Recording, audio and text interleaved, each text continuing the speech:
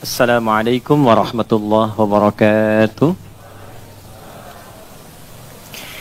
Alhamdulillah wassalatu wassalamu ala Rasulillah wa ala alihi wa sahbihi wa man walah. Wa ba'd. Kita bersyukur, berbahagia dan memuliakan, mengagungkan Allah Subhanahu wa taala yang kembali memberikan kesempatan pada kita untuk berkehidupan. Kita bersyukur di antara sekian orang yang hidup, kita masih diberikan kekuatan untuk beriman, dan kita bersyukur di antara sekian hamba Allah yang beriman sampai hari ini kita diberi kemampuan untuk membuktikan keimanan kita kepada Allah dengan banyak mengumpulkan dan mengoleksi amal saleh. Mudah-mudahan pertemuan kita di hari ini termasuk bagian dari amal saleh yang diridhai dan dicatat kebaikan oleh Allah Subhanahu wa taala. Penting untuk digarisbawahi bahwa tidak semua amal yang diduga baik itu Allah senangi atau juga Allah terima. Ada orang salat yang tidak Allah sukai padahal dia salat, bahkan terancam fawailul lil musallin. Ada orang salat yang terancam, dinilai nggak bagus. Alladzina hum an salatihim sahun, yang lalai dari motif salatnya. Alladzina hum yuraun, yang motivasi salatnya hanya untuk diketahui orang, dikenal orang soleh, orang baik, sehingga menganggap orang lain itu rendah, biasa-biasa, dia yang paling unggul. Allah nggak suka. Ada orang yang baca Quran, bagus baca Quran itu, pahalanya tinggi. Tapi ada orang-orang yang membaca Al-Quran sekedar menjadikan Quran alat pencarian dunianya. Ada orang yang sengaja memotong ayat, ini kata Al-Quran, ya, menggunakan dalil untuk kepentingan dunianya. Maka ada faminhum zalimul linafsih wa minhum muqtasid wa minhum sabiqun bil khairati biidznillah. Jadi jika perbuatan baik saja berpotensi bisa berubah, apalagi nilai bagi sebuah perbuatan yang buruk. Dan sekarang kita ada di satu waktu saat menghindari keburukan pahalanya bisa lebih tinggi dibandingkan mengerjakan kebaikan. Mengerjakan kebaikan dalam bahasa Quran disebut dengan amar ma'ruf, istilah mudahnya. Jadi amar ma'ruf, meninggalkan segala yang buruk, yang tidak ideal, yang dilarang, disebut dengan nahi mungkar, istilahnya nahi mungkar. Jadi kebaikan itu singkatnya cuma dua. Kalau bukan memperbanyak sesuatu yang baik, segala yang disepakati baik, ideal, dari ujung kepala sampai ujung kaki, menatap yang baik-baik, bicara yang baik-baik, melangkahkan kaki ke tempat yang baik, berkreasi yang baik-baik, itu amar ma'ruf. Atau menghindari lawannya, lawan baik buruk, lawan saleh salah. Jangan bicara yang salah, jangan menggunjing, jangan mencela, jangan menatap yang terlarang, jangan melangkah kepada yang tidak bermanfaat. Itu nahi mungkar. Kalau mampu memperbanyak dua hal ini, maka berwujudlah manusia yang ideal, manusia paripurna, khairul insan. Kalau kompak sama-sama mewujudkan itu, kita belajar untuk kompak saling mengingatkan, menjadikan keluarga, kemudian menata kepada arah-arah yang baik, mengajak untuk berjamaah pada kebaikan, maka berubah dari pribadi, personal kepada komunal. Kelompok yang menyatu mengerjakan satu hal disebut dengan umat namanya. Kalau umatnya jadi baik, umat musyawarah, menghimpun teman-teman, saling berbagi, saling mengingatkan, saling mengajak kepada kebaikan, maka dia berubah dari kebaikan personal menjadi kebaikan komunal, jadi khairu ummah. Ya, Quran surah ketiga ayat ke-110, kuntum khairu ummah. Modalnya apa? Ini, kuntum khaira ummatin ukhrijat linnas ta'muruna bil ma'ruf wa tanhauna 'anil munkar. Nah, pelan-pelan kita beraktivitas kan ada waktunya ya. Ya kan? Sehari akumulasi jadi pekan, pekan akumulasi jadi bulan, bulan akumulasi jadi apa? Tahun. Setahun berapa bulan? 12. Desain 12 bulan ini itu ketetapannya langsung dari Allah. Jadi manusia nggak bisa menambah atau mengurangi jika tidak terjadi keseimbangan dalam pembagian waktu. Maka turunlah Quran surah ke-9 ayat 36. Saya akan sangat lebih fokus di pertemuan kali ini karena waktu kita sedikit terbatas hari ini. Inna iddatash syuhuri 'indallahi 12 syahran fi kitabillah yauma khalaqas samawati wal arda minha arba'atun hurum. Desain pembagian waktu, kata Allah, sejak aku mencipta langit dan bumi, aku bagi setahun 12 bulan. Baik. Nah, dari 12 bulan ini yang paling menarik, diminta kita mengoptimalkan semua potensi kebaikan yang ada di dalam diri kita. Dari ujung kepala sampai ujung kaki. Bahkan nanti ada ayat-ayat lain mengeksplor kita, kalau engkau ingin sukses, optimalkan potensi itu. Ya, ikhtiar yang kuat, bangun tawakal kepada Allah yang tinggi. Fa'idha faraghta fanfad wa ila rabbika faraghab. Jadi kalau ikhtiar kita diimbangi tawakal, nanti satu, memutus kekecewaan karena tahu qadar. Mungkin Allah menetapkan jalan yang terbaik di balik ini semua. Ya kan? Ikhtiar yang maksimal mengoptimalkan kita sampai ke tujuan dengan cepat. Dan ini berkesesuaian dengan rumus fisika kan? Masih ingat di energi potensial rumusnya? MGH kan? M dikali G kemudian dikalikan dengan H kan? EP sama dengan M massa dikalikan gravitasi kalikan ketinggian height. Kalau kita rubah masanya ke manusia, gravitasinya pijakan yang kuat untuk berikhtiar, heightnya hablum minallah, maka terjadi percepatan. Kalau kita pindahkan ke kinetik, rumusnya kan berubah, setengah M dikalikan V kuadrat kan? Kalau kita ganti ke EK, energi kinetik, setengah M ya, dikalikan V kuadrat. Jadi semakin sedikit usahanya, tapi optimalisasinya tinggi, bergeraknya sedikit, hasilnya banyak, percepatannya nambah. Dan ingat, ini kecepatan bukan kelajuan. Kecepatan ada vektor, ada arahnya.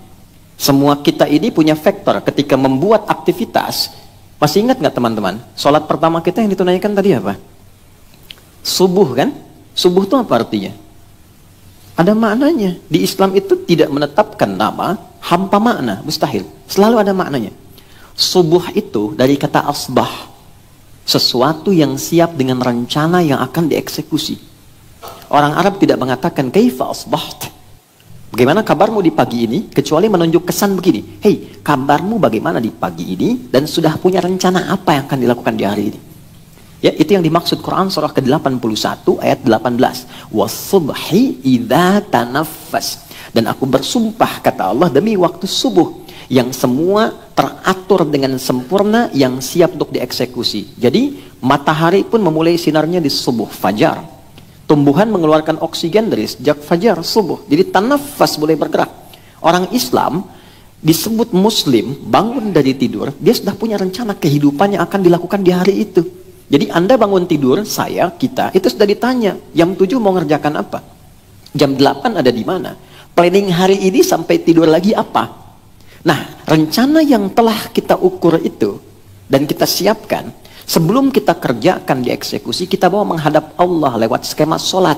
Makanya ada sholat subuh. Kita mintalah dalam sholat supaya rencana ini dimudahkan, disepakati, dan dibimbing oleh Allah agar hasilnya optimal. Ini yang menjadikan para sahabat dulu beraktivitas tuh ke masjid dulu.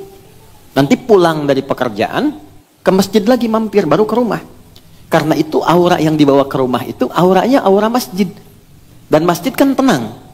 Anda kan di jalan ketemu orang singgungan dengan mobil, dengan kendaraan lain, kadang-kadang emosi meningkat, sudah di kantor banyak masalah, di jalan penuh problem. Terakumulasi, yang kena anak. Dah nunggu 8 jam bikin karya, digambar, tulis ayahnya I love you. Nyampe ke rumah, ayah diam kamu. Hah? Capek nih. Kan? Anda ke rumah itu jadi ayah, bukan jadi direktur. Bukan jadi bos. Saya juga ke rumah nggak jadi ustad. Saya pulang ke rumah, anak saya tuh butuh ayahnya. Dia nggak manggil saya ustad. Belum pernah dalam sejarah kehidupan saya pulang nyampe rumah, ustad. Nggak pernah. Mereka panggil buya. Subuh itulah subuh, sederhana tapi bermakna. Dari sekian sholat yang pernah kita tunaikan, apakah ada implementasi kehidupan yang pernah diterapkan? Ini poinnya teman-teman. Nah, jadi dari 12 bulan itu selalu ada desainnya, selalu ada keteraturannya. Muslim itu teratur. Jadi muslim itu jadi pribadi yang teratur, pribadi yang cerdas, pribadi yang tertata. Faiza faraghta fansab, terukur aktivitasnya. Selesai ini siapkan lagi, selesai ini siapkan lagi. Nah, pengingat saja, dari 12 bulan itu ada desain 4 bulan. Minha arba'atun hurum.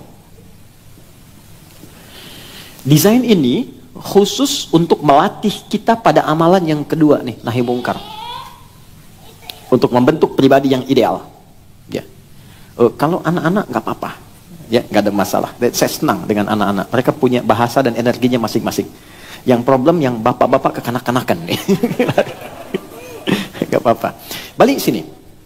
Jadi 4 bulan ini desainnya nahi mungkar.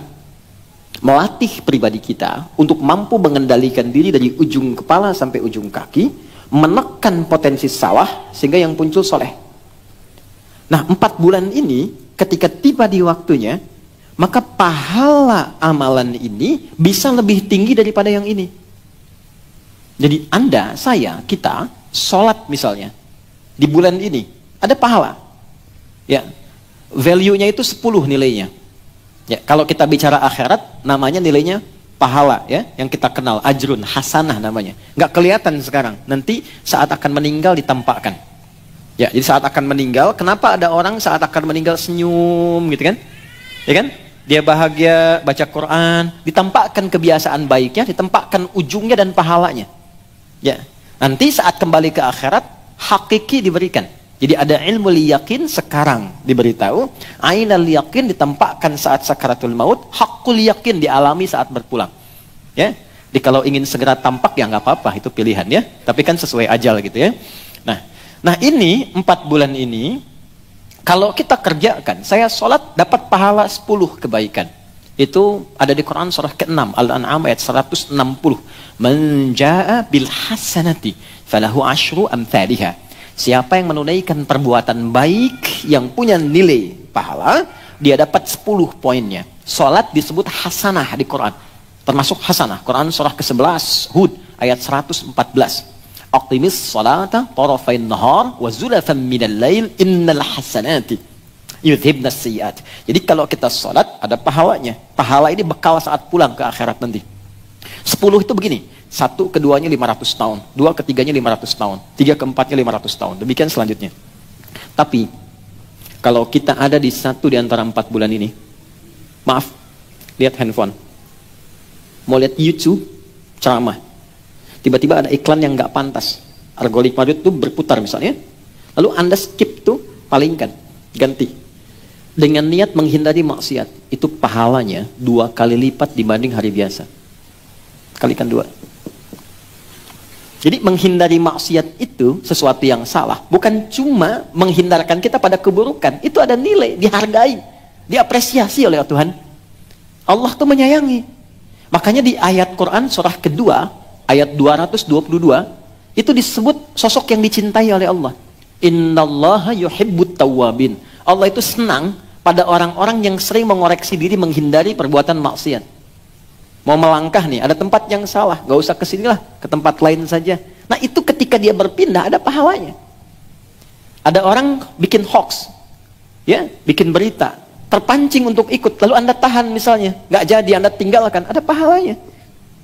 Dan pahala di waktu itu 2 kali lipat. Nah yang 4 bulan ini nanti dirinci dalam hadis, misalnya Sahih Muslim, karya Imam Muslim, nomor hadis 1679. Riwayat sahabatnya namanya Abu Bakrah, dikenal dengan Nafi'. Saya baca cepat. Fokus teman-teman, saya tidak bermaksud mengajari, hanya sharing atas apa yang disampaikan oleh Nabi dan beberapa ulama-ulama kita. Qala Rasulullah SAW. Nabi SAW pernah menyampaikan pesan mendalam. Inna zamana qad istadara kahayatih yauma khalaqas samawati wal ard. Kata Nabi, Allah itu sedang mencipta langit dan bumi, sudah mendesain waktu akan berputar begitu saja. Jadi sekarang siang nih, mau jam 11, besok pun akan ketemu ke situ lagi. Pagi ketemu lagi, pagi, malam ketemu lagi, malam. Jadi kalau kita nggak isi dengan baik, maka waktu hanya akan berputar begitu saja. Waktunya kan sama, begitu. Yang merubah kan suasananya. Suasana itu kan berdasar pada tindakan kita. Kitanya kreatif, terjadi perubahan. Zaman dulu tidak sama dengan sekarang. Kenapa keadaannya berubah? Bukan waktunya berubah. Kreativitas manusianya yang tidak sama. sehingga melahirkan karya yang berbeda. Maka kalau Anda ingin menjadi pribadi, kata Nabi, yang sukses, yang baik, isi waktu dengan karya-karya yang gemilang. Punya persiapan. Waktu ini desainnya, ini yang ingin dicapai, goalnya apa? Kalau perlu sampai akhirat turunkan konsepnya. Di Islam itu nggak nanggung, kalau pengen sukses, ambil yang paling tinggi. Sehingga effortnya lebih tinggi, nyangkutnya jelas. Kalau nggak sampai di atas, jelas. Mungkin di bawahnya sedikit. Ada mahasiswa, kalau dia berharap IPK-nya 4, maka kan usahanya akan lebih tinggi kan? Lebih kuat mencapai itu. Kalaupun nggak nyampe kan 3,9, 3,8. Kalau targetnya cuma 2,75, nyangkutnya di 2,5. Nah, kata Quran, kalau Anda bikin visi yang panjang, Quran surah ke-59 ayat 18. Ya ayyuhalladzina amanu taqullaha wal tanzur nafsum ma qaddamat lighad. Perhatikan baik-baik, ini indah sekali. Dan nggak ditemukan dimanapun. Kalau Anda mau mapping, bikin planning kegiatan, kata Quran, turunkan semua dimensi kehidupannya. Oke, sekarang kita ada di dunia. Dan ini kita akan tinggalkan kan? Bahkan diumumkan loh, terdengar di telinga. Ya kan? Kalau si Fulan duluan pulang, kan diumumkannya telah meninggal dunia kan? Oke? Berarti ini akan ditinggalkan kan? Dan itu pasti sifatnya. Ya, sesuai dengan ajal namanya. Waktunya tiba, maka di situ kita akan berpulang. Dan gak bisa milih. Quran surah ke-7 ayat 34. Walikulli ummatin ajal fa idza jaa ajaluhum la yastakhiruna sa'atan wa la yastaqdimun. Setiap manusia, bahkan umat, bahkan generasi berganti, itu punya masa hidup. Kalau sudah tiba, dia berpulang, nggak bisa dimundurkan atau dimajukan. Jadi bisa saja terjadi, Anda misalnya duluan, saya belakangan, mungkin. Ya, atau ditukar, ya kan? Saya belakangan, Anda duluan, kan mungkin juga terjadi gitu ya. Ya, intinya kita meninggalkan dunia ya. Baik. Oke, sekarang dari dunia pindah kemana? Baik, ke barzakh ya. Tempatnya disebut kubur. Afala ya'lamu idza bu'thira ma fil kubur. Pindah ke kubur. Ya. Oh, hati-hati. Dunia yang kita alami real, bukan sinetron berkepanjangan. Ingat ya. Awas. Dari kubur kemana? Akhirat kan ujungnya. Berarti ada 3 alam yang kita lalui. Nah, di akhirat ini karena akhir tuh ujung sesuatu. Tapi kalau ujung tidak ada awalnya lagi, itu tembok ya. Kalau nggak ada setelah itu space lagi, murni akhir, itu tambah tak di ujungnya, namanya akhirat. Jelas? Maka ketika disebut akhirat, artinya ini ujung sesuatu. Ujung tempat kehidupan. Setelah ini nggak ada lagi yang lain. Dunia, meninggal, masih ada ini. Barzakh. Barzakh itu pemisah di antara dua. Bainahuma barzakhul la yabghiyan. Oke? Di barzakh tidak akan abadi. Bangkit, ya kan? Kemudian pindah. Di sini yang abadi. Jadi kalau ada status di sini, itu akan selalu berganti. Makanya tiap hari bisa update status kan? Karena berubah. Ya, status sosial bisa berubah. Ya kan? Hari ini cukup, besok kaya. Besok kaya, selanjutnya bisa cukup. Hari ini punya jabatan, begitu purna, selesai. Berganti datang yang lain. Karena itu kehidupan di dunia disebut dengan khalifah. Dari kata khalafa, sesuatu yang saling menggantikan.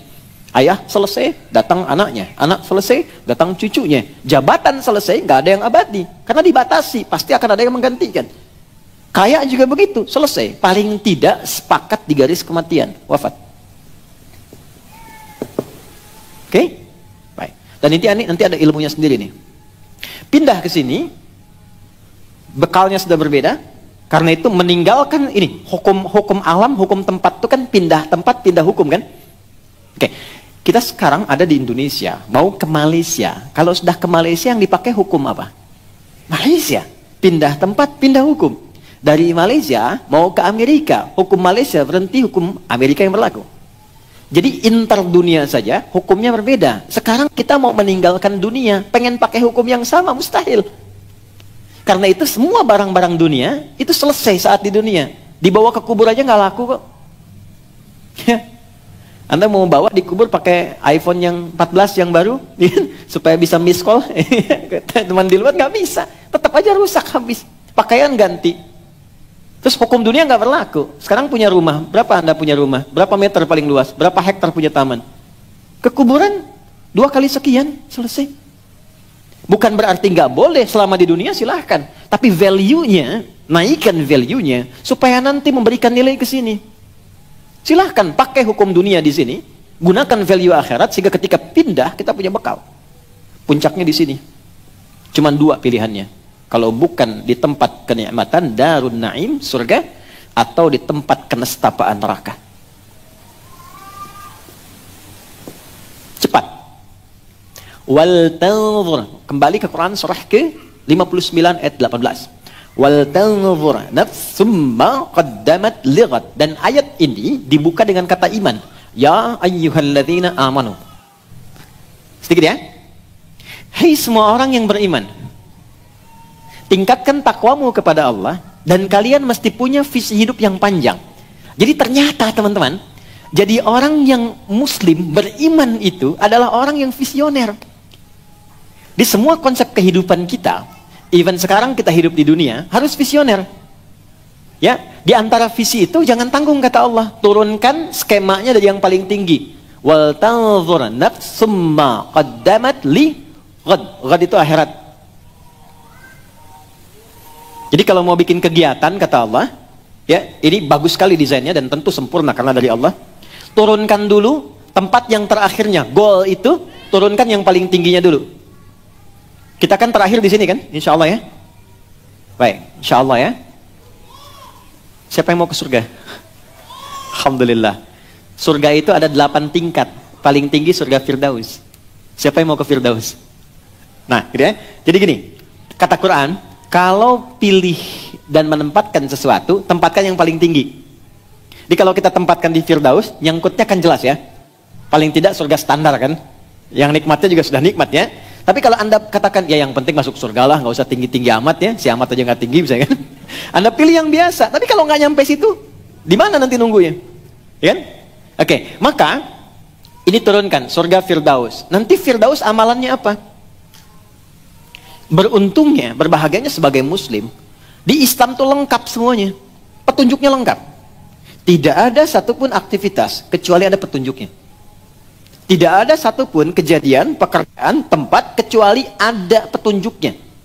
Silahkan Anda bandingkan dengan manapun. Ini menunjukkan kebenaran dalam Islam. Gak mungkin bisa memberikan petunjuk dengan tepat di setiap tempat aktivitas yang kita lalui, kecuali siapa? Yang mendesainnya. Kan ada fitrah kemanusiaan, hanya manusia yang bisa melakukan itu. Tapi kalau nggak bisa dikerjakan, berarti manusia lemah di situ. Harus ada yang lain yang mendesain itu. Allah telah menyiapkan segalanya buat dari Firdaus. Turunlah Quran surah ke-23 ayat 1 sampai 9. Penghuni surga Firdaus itu apa saja? Dan yang dijelaskan bukan profesinya, tapi karakternya. Qad aflahal mu'minun alladzina hum fi salatihim khashi'un walladzina hum 'anil lagwi mu'ridhan walladzina hum lizzakati sa'ilun. Penghuni surga Firdaus itu ternyata pertama orang yang membangun hubungan baik dengan Allah. Oh, Anda pengen ke surga Firdaus, yang punya Allah, punya hubungan gak baik sama Allah, gimana mau masuk?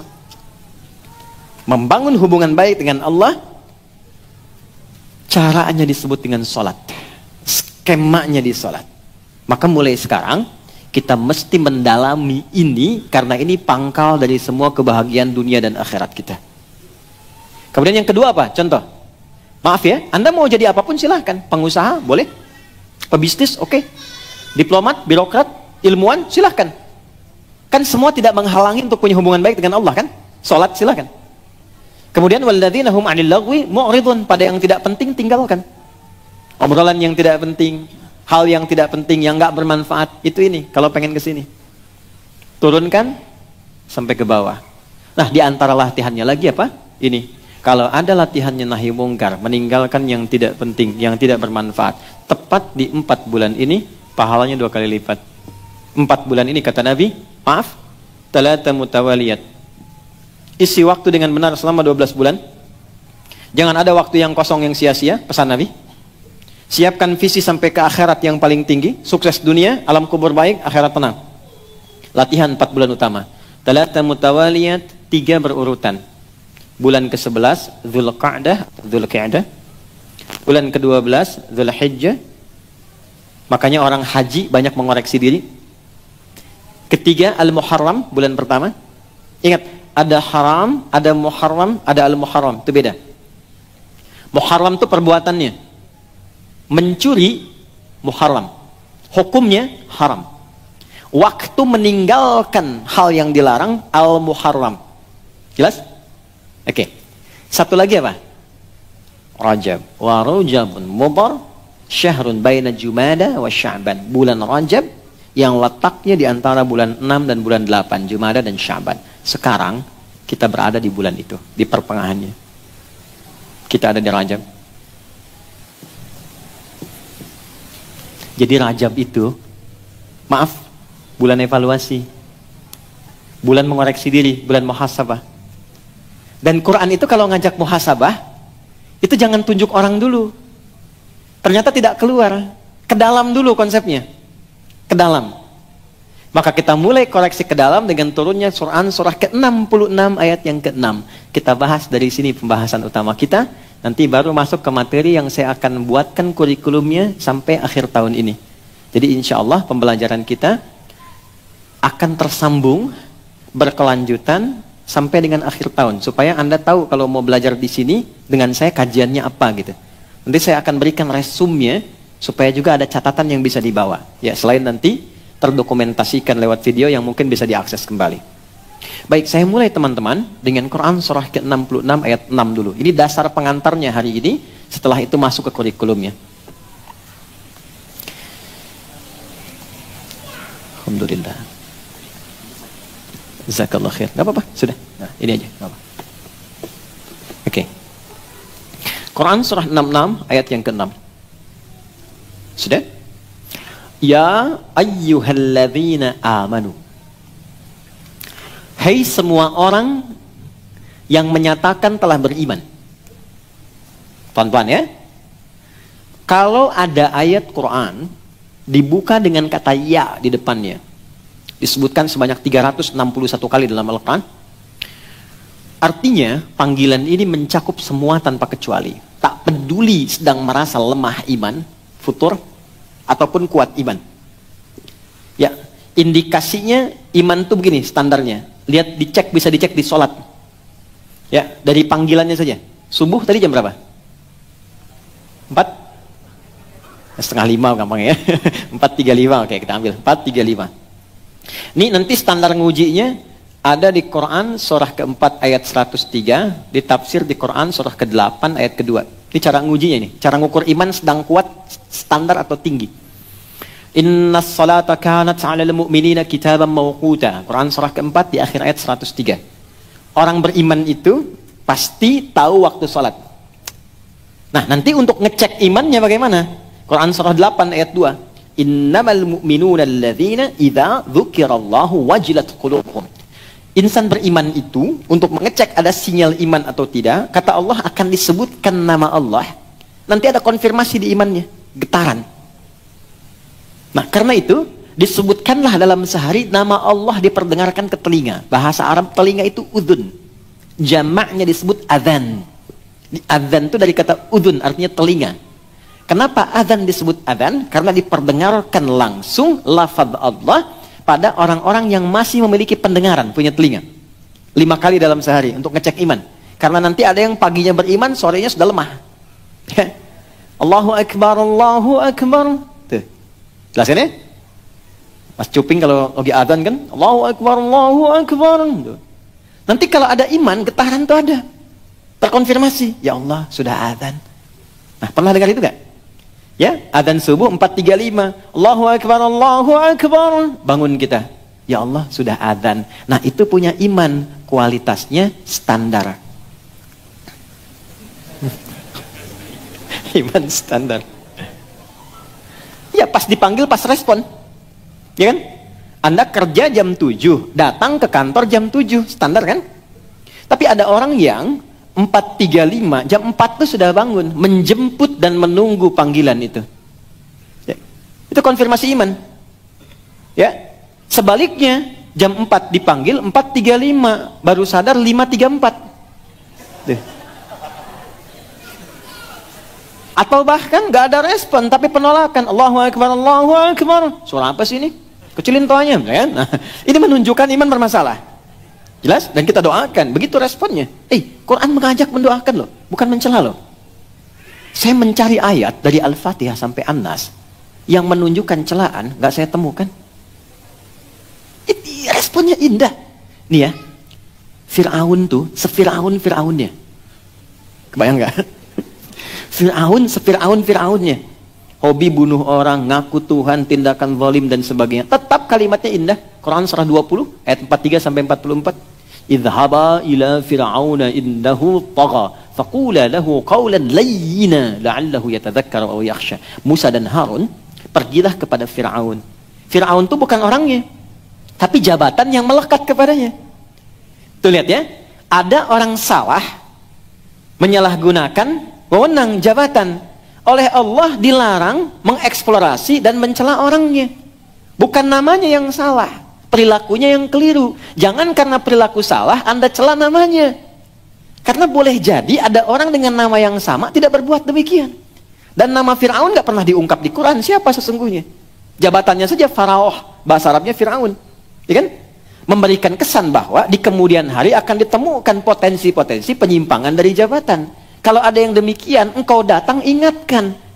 Bukan untuk menurunkan, tapi mengingatkan supaya jabatan dikembalikan kepada relnya yang benar. Dan dengan apa? Qaulan layyina, dengan yang lembut. Sentuh hatinya, kata Allah. Ya, sentuhlah ia tepat di hatinya, maka ia akan jadi milikmu untuk.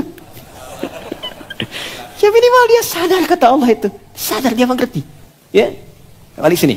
Nah ini iman standar, iman kuat, iman bagus. Salat. Balik teman-teman, kembalikan. Fokus baik-baik. Nah, di bulan Rajab ini bukan hanya sekedar salatnya yang penting. Tapi evaluasi dirinya dimulai dari apa? Dari panggilan iman. Ya ayyuhalladzina amanu. Hai semua yang punya iman. Mungkin saat diseru ini, bahkan di antara kita semua, dan tidak perlu saling mengecilkan. Mungkin ukuran salatnya ada yang dari awal bangun, ada yang nunggu azan, ada yang sedang lemah iman, ketika mau sholat, ketika tidak.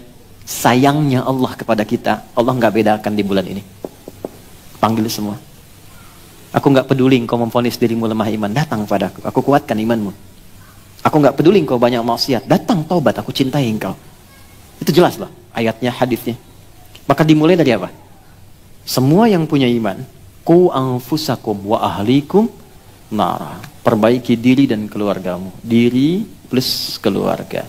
Jadi bulan ini adalah bulan evaluasi, bulan duduk bersama, bulan untuk mengoreksi diri, introspeksi, dan bulan untuk mendudukkan keluarga menjadi keluarga yang ideal dan baik. Pertanyaan saya, pernah nggak duduk bersama keluarga untuk sama-sama saling menilai, mengoreksi, meluruskan, membangun visi yang baik lagi? Nah ini momentumnya. Tolong tunjukkan pada saya, di buku mana Anda temukan, memberikan kesempatan waktu yang rinci, detil dengan petunjuknya, membagi waktu yang menerangkan kita menjadi pribadi baik, plus juga membawa keluarga pada kebaikan. Tunjukkan pada saya. Anda nggak akan temukan. Yang ada cuma konsep-konsep yang pandangan parsial sifatnya. Belum tentu bagi si B baik, bagi si A mungkin. Tapi Allah membawa kita pada suasana yang indah. Hei, kamu mungkin sebagai pribadi unggul, coba lihat keluargamu. Kamu mungkin champion di perusahaan, di rumah nggak ada kebahagiaan. Atau mungkin di rumah bahagia, tapi di masalah selalu muncul. Di pekerjaan, di kehidupan sosial, pada pribadi. Mungkin yang salah bukan orang, yang salah mungkin dirimu sendiri yang belum kau koreksi. Ketika Anda berdiri dan ada orang lain lewat, dia tidak menyapa. Yang salah bukan dia yang tidak menyapa. Yang salah Anda yang menyimpulkan dia sombong. Boleh jadi dia sedang buru-buru, dia sedang sakit gigi, nggak bisa nyapa. Kan demikian. Tapi karena kesimpulannya yang hadir dari pribadinya bahwa dia tidak menyapa, dia sombong, jadilah kemudian bahan-bahan perselisihan. Maka coba dudukkan dirimu, kata Allah, dan ajak keluargamu. Nah, ini yang coba kita akan turunkan pelan-pelan. Bagaimana konsep muhasabah diri yang baik, plus menyertakan keluarga di dalamnya. Dari segi waktunya, sampai detil pelaksanaannya. Kita mulai dengan Quran, surah ke-51 ayat 18. Keutamaannya ditemukan, keutamaannya ada di Quran surah ketiga ayat 17.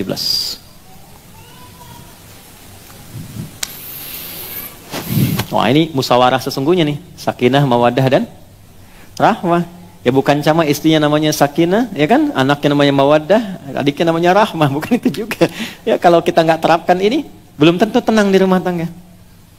Ya, ibu pilih mana? Kaya tapi gelisah atau miskin tapi tenang? Kaya tapi tenang. Tenang ya. Oke. Yuk kita mulai. Bismillahirrahmanirrahim. Tolong diingatkan kalau sudah 11:04 ya, karena saya nggak pakai jam. Bismillahirrahmanirrahim. Wabil ashari hum yastaghfirun. Quran surah 51 ayat 18. Paling kanan di pertengahan mushaf standar. Kalau mau lebih hebat, lebih dahsyat, ini langsung dari Allah ya. Kita bisa turunkan keluarga ideal menurut Quran sampai disebut penghuni surga yang sedang beraktivitas di bumi. Calon penghuni taman surga yang sedang beraktivitas di bumi. Dari ayat 15-nya, Quran surah 51 dari ayat 15. Dimulai dari situ dulu. Innal muttaqina fi jannati wa 'uyun. Inna, kalau ada ayat dibuka dengan inna, itu fungsinya meyakinkan. Jangan ragu. Menancapkan kuat pada hati, jangan goyah. Bahasa Arabnya harfun nasbin wa taukidin tansibul isma wa tarfa'ul khabara mabniyun 'alal fathi la mahalla lahu minal i'rabi. Paham? Tidak. Singkatnya, huruf untuk meyakinkan dengan kuat supaya nggak ragu. Innal muttaqina, yakinkan pada dirimu, jangan ragu. Ada golongan orang-orang takwa yang akan aku tempatkan di taman surga. Allahu Akbar. Kan kalau ada komplek yang indah tamannya kan ya? Dekat taman kan enak ya? Nah, siapa mereka itu? Akhidhina ma atahum rabbuhum innahum kanu qabla dzalika muhsinin. Mereka mendapatkan apa yang telah dijanjikan oleh Allah. Jadi ini ada perjanjian, ada komitmen. Allah ngasih gambaran, kalau engkau kerjakan ini, nanti saat pulang aku berikan ini. Terus dia mengambil itu, dia komitmen. Dia yakin dengan janji Allah, lalu ketika pulang, Allah berikan, Allah wujudkan itu. Akhidhina ma'atahum rabbuhum. Allah berikan apa yang telah dijanjikan kepada mereka. Perhatikan ya, ayat ini bentuknya selalu jamak. Kalau jamak, satu atau dua? Banyak atau sedikit? Banyak. Kalau kita tarik ke keluarga, perhatikan. Allah menginginkan dalam kehidupan dulu, tarik dulu ke internal. Allah menginginkan yang ke surga itu bukan cuman ayahnya saja. Bukan cuman istrinya saja. Tapi Allah katakan, hei, jadikan kehidupan ideal di keluargamu, masuk surga sama-sama. Dan tempati itu yang terindah di tamannya. Jadi kalau ke Firdaus di tamannya, surga Aden di tamannya gitu. Siapa mereka itu? Innahum kanu qabla dzalika muhsinin. Mereka itu adalah satu keluarga yang membangun visi hidupnya untuk mendapatkan ridha Allah. Ihsan itu an ta'budallaha ka'annaka tarahu fa illam takun tarahu fa innahu yarah. Menjadikan semua kegiatannya supaya disenangi Allah. Satu keluarga. Nah, apa yang mereka pertama lakukan? Mereka mencari waktu dulu, waktu yang terbaik, yang tenang, yang nyaman, supaya di waktu ini kondisi pikirannya juga tenang, hatinya tenang, dan dengan ketenangan itulah lahirlah rencana-rencana yang cemerlang. Jiwa yang tenang melahirkan ide yang cemerlang. Jiwa yang tenang melahirkan kreativitas yang cemerlang. Riset menunjukkan tidak ada waktu yang paling menenangkan kepada jiwa dan pikiran kecuali waktu-waktu jeda di pertengahan malam menuju ke subuh. Silahkan cek. Riset menunjukkan demikian. Even itu di Amerika. Saat saya di Amerika juga riset itu diungkap kembali. Ya, waktu-waktu pertengahan malam. Kalau sekarang mungkin sekitar jam 2 sampai ke setengah 5 itu waktu paling ideal. Jadi kalau di situ bisa duduk dengan tenang, kalau baca Quran cepat kerasa ke jiwa. Nggak percaya silakan. Anda baca Quran sekarang itu 5-10 menit ngantuk. Dan getarannya ke jiwa nggak sama dengan ketika baca jam setengah 4 malam. Beda. Itu yang dimaksud Quran surah ke-73 ayat yang ke-6. Inna nasyi'atal laili hiya asyaddu wat'aw wa aqwamu qila. Anda kalau berdoa di pertengahan malam atau baca Quran itu getarannya ke hati tinggi. Makanya kalau Anda sedang berdoa ya, saat tahajud lebih hening, lebih terasa ke jiwa kan? Karena sedang dalam kondisi yang terbaik, yang ideal. Nah sekarang, setelah menemukan waktu itu, kata Allah, kanu qalila minal laili ma yahja'un. Kalau wakaf di sini, maka bentuknya menjadi VVIP. Tawaran terbatas. Yang istimewa itu nggak banyak kan? Terbatas ya? Maka seakan Allah ingin mengatakan begini, kalau engkau ingin menjadi keluarga ideal sampai ke surga, nggak semua orang bisa mencapai itu. Kecuali yang terbatas. Maka jadilah bagian dari itu. Kalau ayatnya disambungkan, kanu qalilan minal laili ma yahja'un, maka berubahlah menjadi amalan. Apa amalan keluarga terbatas itu? Yang pertama, mereka mulai latihan dengan menunaikan tahajud bersama.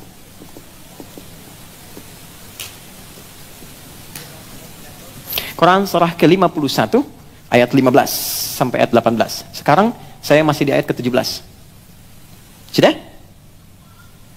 Pelan-pelan ya. Oke, sekarang gini. Saya bikin gambaran waktu dulu. Pelan-pelan. Teman-teman kita langsung praktek ya. Subuh jam 4.35. Fokus. Waktu ideal tadi kurang lebih dari jam 2 atau jam 3 lah. Kita ambil di ujung malamnya, sepertiga malam. Ambil jam 3 aja. Pelan-pelan ya. Isya jam berapa? Oke, ambil kita genapan 19.30 misal.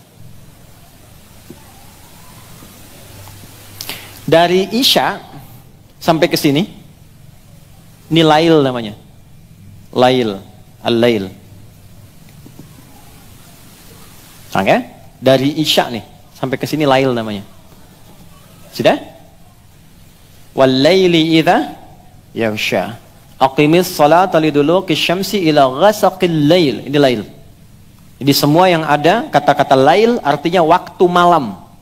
Ingat ya? Dan turunannya. Saya pernah katakan lail, laila, lili, lela, layali itu malam. Ya, ibu leli, ibu malam tuh. Lail. Fokus. Sampai sini ini ujung malam, sepertiga malam. Tahan dulu ya, ini penting. Subuh 4.35, 15 menit ke 30 menit menjelang subuh, kita batasin lah di tengah-tengahnya, di 15, 20 menit lah, 20 menit menjelang subuh, ini subuh nih. Yang ini 20 menit sebelum subuh, namanya sahar. Waktu sahar, waktu singkat menjelang fajar, menjelang subuh. Saya ulang ya. Dari Isya ke sini, lail. Dari sini ke sini, baik. Ini masih ujung malam, sepertiga malam akhir. 20 menit sebelum subuh namanya apa? Sahar. Perhatikan baik-baik desain Quran yang sangat indah. Kalau Anda ingin jadi keluarga ideal, kata Allah, bangun malam dulu, siapkan sebelumnya. Di tahajud itu, bangun setelah istirahat. Kompak istirahat dulu. Baru bangun malamnya. Dari kata hajada. Hajada itu, jim dal, kegiatan yang dilakukan malam hari setelah tidur dulu. Kalau nggak tidur, begadang, malam misalnya langsung sholat, itu nggak disifati tahajud. Namanya qiyamul lail. Nama umum, qiyamul lail. Tapi kalau Anda istirahat dulu, bangun malamnya, berusaha untuk bangun. Bangun malam saja hajada. Berusaha sungguh-sungguh untuk bangun, tambah tak di depannya. Tak. Kalau nggak mudah bangunnya, sampai Anda mesti berusaha optimal, tambah tasydid sebelum huruf akhirnya. Tahajjud. Sifatnya disebut tahajud. Quran surah ke-17 ayat 79. Wa minal laili fatahajjad. Dan dari sebagian malam nih, berusahalah keras untuk bisa bangun. Kenapa pakai tak dan tasydid? Karena memang nggak mudah untuk bangun. Makanya kan mau bangun jam 3, alarmnya 3 kali kan? Jam 2, 2:04, jam 2:30. Iya kan? Alarm pertama untuk mematikan alarm kedua kan? Alarm kedua bersiap-siap alarm ketiga.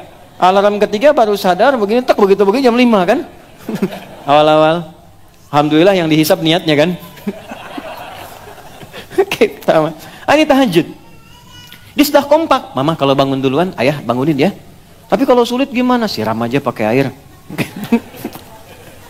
Baik, fokus. Siapin, ada apa di tahajud ini? Allah sudah janjikan, ada waktu-waktu yang spesial.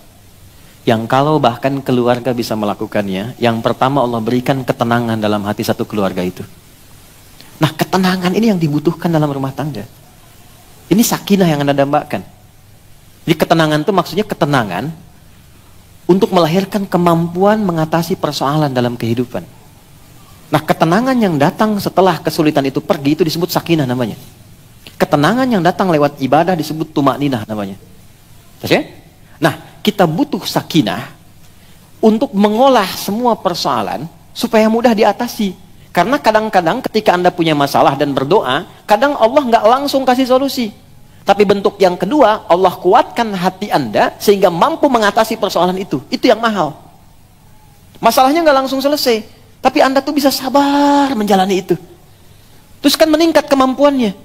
Sehingga dengan itu ketika mampu melewati tantangan yang ini, di depan ada tantangan baru, Anda sudah punya energi lebih besar untuk menghadapinya. Itu yang mahal. Nah, ini kalau kompak dihasilkan sejak awal, maka ketika bangun yang pertama diberikan ketenangan. Apa rumus hadisnya? Prakteknya, sholat tahajud itu bisa berjamaah untuk berlatih. Kita temukan Quran di hadis ya, hadis dulu. Hadisnya diriwayatkan oleh Imam Abu Daud di kitab Sunan Abu Daud. Nama aslinya Abu Daud ini aslinya Sulaiman dari Sijistan, dikenal dengan Sulaiman As-Sijistani. Beliau itu punya kemampuan hafal hadis luar biasa, sampai kalau disebutkan cepat jawab. Ini sahih, ini dhaif, ini asalnya begini, ini sanadnya begini. Lunak lisannya terhadap hadis. Ada nabi yang melunakkan besi disebut Nabi Daud, maka ada orang komen di masa itu kalau ada Nabi Daud yang melunakkan besi, maka ini lisannya mampu melunakkan hadis dengan mudah. Maka dikenallah dengan Imam Abu Daud. Ada juga yang mengaitkan kepada keturunan. Nama aslinya Sulaiman As-Sijistani. Menulis kitab namanya Sunan. Sunan itu kitab hadis yang disusun berdasarkan urutan fikih. Jadi kalau Anda ingin tahu cara sholat, cara wudhu yang benar, nyambungnya jangan ke Al-Bukhari dulu. Buka kitab Sunan. Jelas ya? Misal, pengen tahu caranya turun dari i'tidal, mau sujud nih, lutut dulu atau telapak tangan dulu. Anda kalau buka di Al-Bukhari, sampai kiamat kurang 2 hari, nggak akan ditemukan. Karena memang nggak ada. Adanya di kitab ini. Ini bukan masalah sahih dhaifnya. Nomor hadis 1367, saya cepat. Rawinya Ibnu Abbas radhiyallahu taala anhuma. Qala kana an-nabiy sallallahu alaihi wasallam idza istayqadha min nawmihi fajalasa famasaha bi yadihi min athari nawmihi faqara khawatim surat Ali Imran fadhahaba ila shinn mu'allaqa fatawadda. Adalah kebiasaan Nabi sallallahu alaihi wasallam. Seorang nabi ahli surga dekat dengan Allah dijamin surganya, turun surah surga satu surah Al-Kautsar sebelum wafatnya. Dengan semua itu masih mau menunaikan tahajud jadi kebiasaan. Ada orang, bukan di sini, bukan nabi, bukan rasul, surga belum jelas, nggak ada pujian dari Quran, belum juga jelas ada jaminan surga untuknya. Cita-cita masuk surga Firdaus pengen bersama nabi. Tapi untuk sekedar sholat fardu masih tertinggal. Bukan di sini ya, di luar gitu ya. Nah, itu yang kita doakan, kita bawa. Nah, sekarang kebiasaannya apa? Kalau bangun beliau duduk dulu. Nah, bangun untuk tahajud, jangan bangun langsung baca doa. Sadar dulu. Islam itu logis sekali, ya. Jadi bangun itu pasti ada suasana ngantuknya. Ini bukan bangun alhamdulillah. Ya, mana? Bangun jam 6. Sadar dulu. Nah, lalu hilangkan bekas ngantuk dengan tangan yang diduga bersih. Kalau belum bersih, cuci dulu, baru hilangkan bekas ngantuk. Karena nanti ada hadis lain, kalau engkau bangun dari tidur, maka cucilah dulu tanganmu karena engkau tidak tahu kemana dia berkelana saat tidur. Ya? Nah, itu terjemahan kurang lebih. Maka hilangkan bekas ngantuk. Setelah itu, untuk menguatkan baca akhir surah Ali Imran ayat 190 sampai 200. Nanti lain waktu kita belajar tentang ini. Baru baca alhamdulillahilladzi ahyana ba'dama amatana wa ilaihin nusyur. Maka beliau pergi ke tempat tertutup untuk berwudu. Kalau ada hadas yang besar, misalnya antara suami istri, maka mandi terlebih dahulu. Kemudian apa kata Ibnu Abbas? Beliau pergi ke musalla, tempat sholatnya, lalu aku mengikuti di belakangnya. Ibnu Abbas waktu itu usianya belum baligh. Anak ini baru sekitar 4-5 tahun usianya. Tapi sejak kecil didekatkan dengan Nabi. Jadi kayak gini Bu, Pak. Kalau sedang ta'lim teman-teman diajak. Jadi kenalnya sama Rasulullah. Dan apa yang didekatkan, itu yang ditokohkan. Anak-anak kan begitu kan? Didekatkan ke Tayo, dia tahu Tayo kan? Tayo, Robo Karpoli, Embers, ya, dan sebagainya.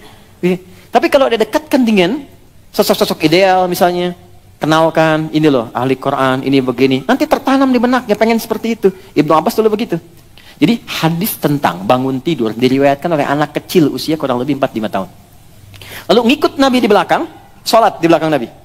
Nabi sholat, ikut di belakang. Karena tahu ada anak kecil di belakang, fikih.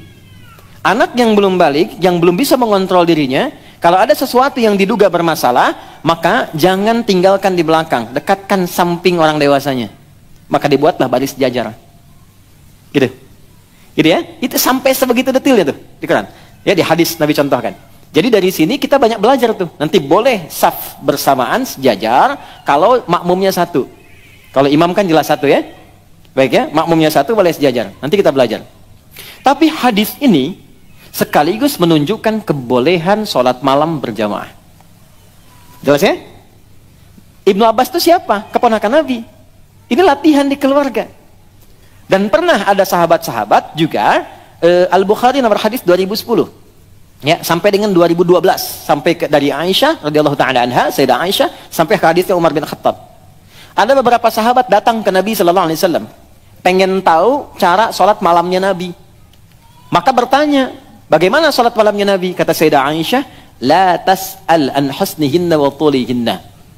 Yusalli arba'an, thumma yusalli thalathan. Aduh, jangan tanya deh panjang dan bagusnya. Indah sholatnya Nabi. Kalau dengan saya biasanya 11 rakaat 4-4-3. Di tempatnya Sayyidah Maimunah 11 rakaat 2-2-2-2-2, ujungnya 1. Nanti kadang lebih daripada itu. Nabi melatih yang standar. Penasaran orang-orang ini. Abdullah bin Mas'ud radhiyallahu taala anhu, Ubay bin Ka'ab radhiyallahu taala anhu, dan beberapa yang lain. Besoknya ketika tidak dengan di rumahnya, mengikuti Nabi malamnya, ikut tahajud di belakang Nabi. Benar kata Sayyidah Aisyah. Rakaat pertamanya 100 ayat Al-Baqarah.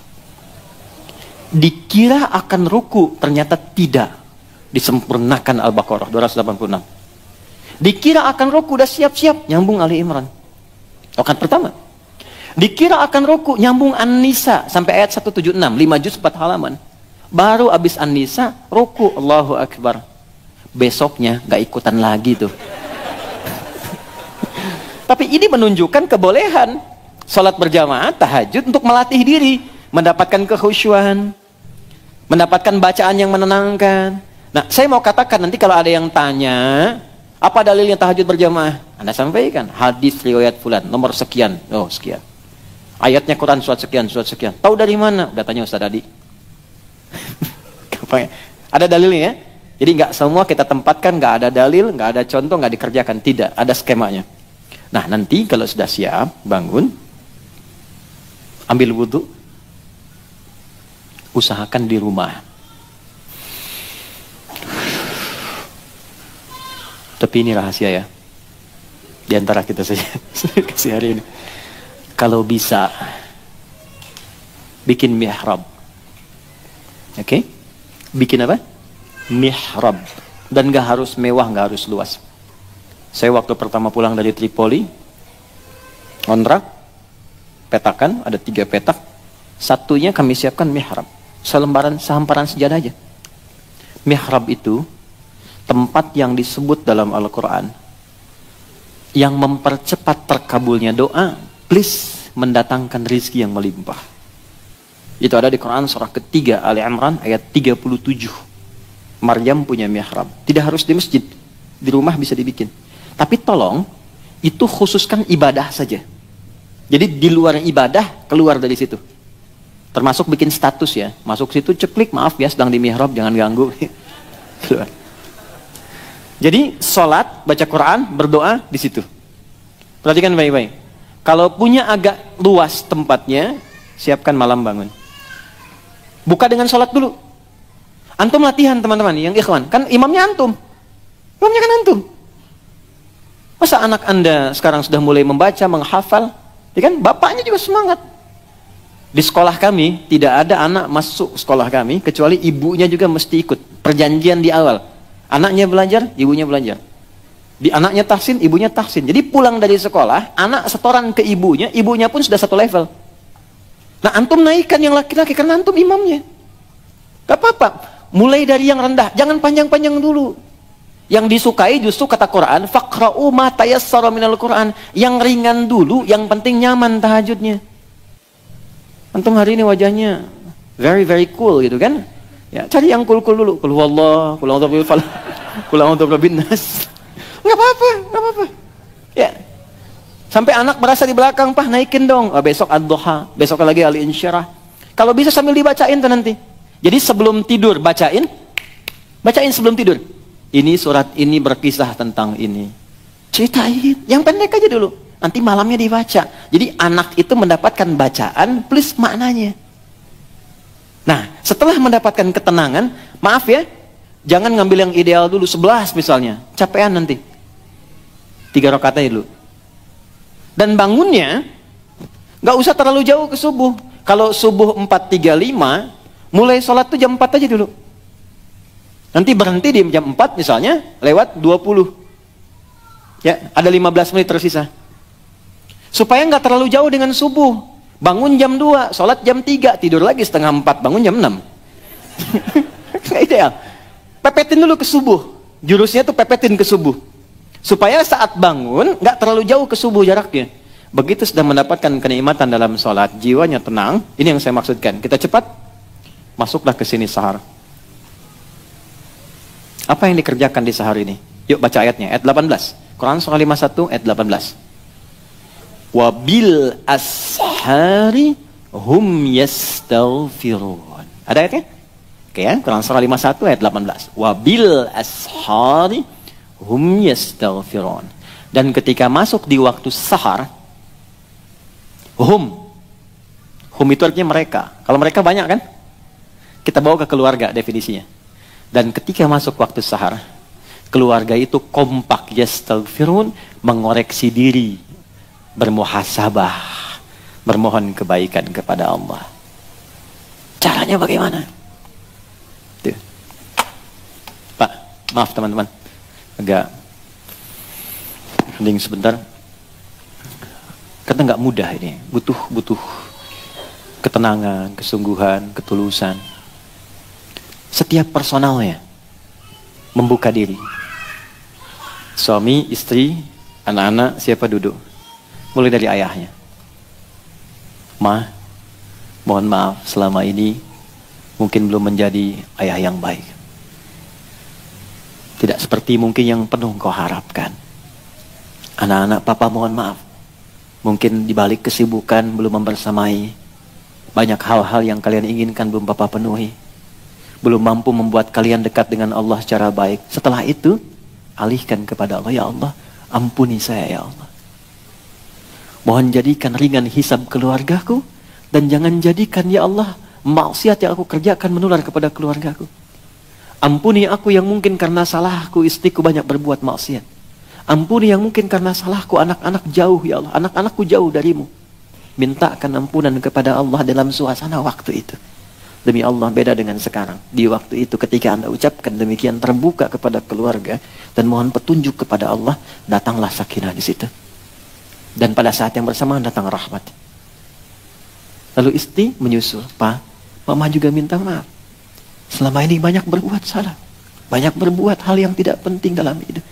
Anak-anak mama mohon maaf." Yang paling indah tuh ketika anak Anda mengatakan, bahkan si kecil, "Ma, Pak, mohon maafkan Nanda selama ini kurang baik sama mama dan papa. Kurang rajin sholatnya, kurang banyak doanya." Demi Allah, ketika semuanya sudah berkata, lalu duduk mengatakan, "Ya Allah, ampuni kami ya Allah. Ampuni kami ya Allah. Sayangi kami ya Allah. Astagfirullah. Astagfirullah." Duduk semua. Enggak ada di waktu itu kecuali malaikat, hadis sahihnya mencatat dan mengatakan, setiap yang kamu mohonkan, jika engkau minta ampun, Allah langsung ampuni. Hadis qudsi. Ghafartulak, aku ampuni semua dosamu, engkau minta, aku jawab semua doamu. Anda bisa kerjakan di semalam aja. Nggak percaya malam ini kerjakan. Lihat hasilnya setelah itu. Bedakan rasanya, rasakan bedanya, pasti akan terasa bedanya. Dan ini bukan teori, ini perintah. Anjuran. Anda nggak percaya silakan. Anda membiasakan begitu setiap menjelang subuh, tenang keluarga, terbuka semua. Walaupun mungkin awal-awalnya seperti canda. "Mama mohon maaf ya Pak, banyak salahnya." Emang ya? Ini awal-awal, tapi setelah itu suasananya kan lebih enak. Lebih enak gitu. Nah di situ nanti lebih enak, dengan anak-anak nyaman, dengan orang tua juga hubungan baik gitu, semuanya cair. Ambil sedikit aja semak, walaupun cuma 5 menit. Coba lihat setelah itu apa yang terjadi. Ini pahalanya bukan hanya tinggi, nanti di surga ditempatkan di tempat yang terbaik, dan itu senilai dengan orang yang sholatnya khusyuk, senilai dengan orang sedekah, senilai dengan orang sabar. Di ayat Quran surah 3 ayat 17.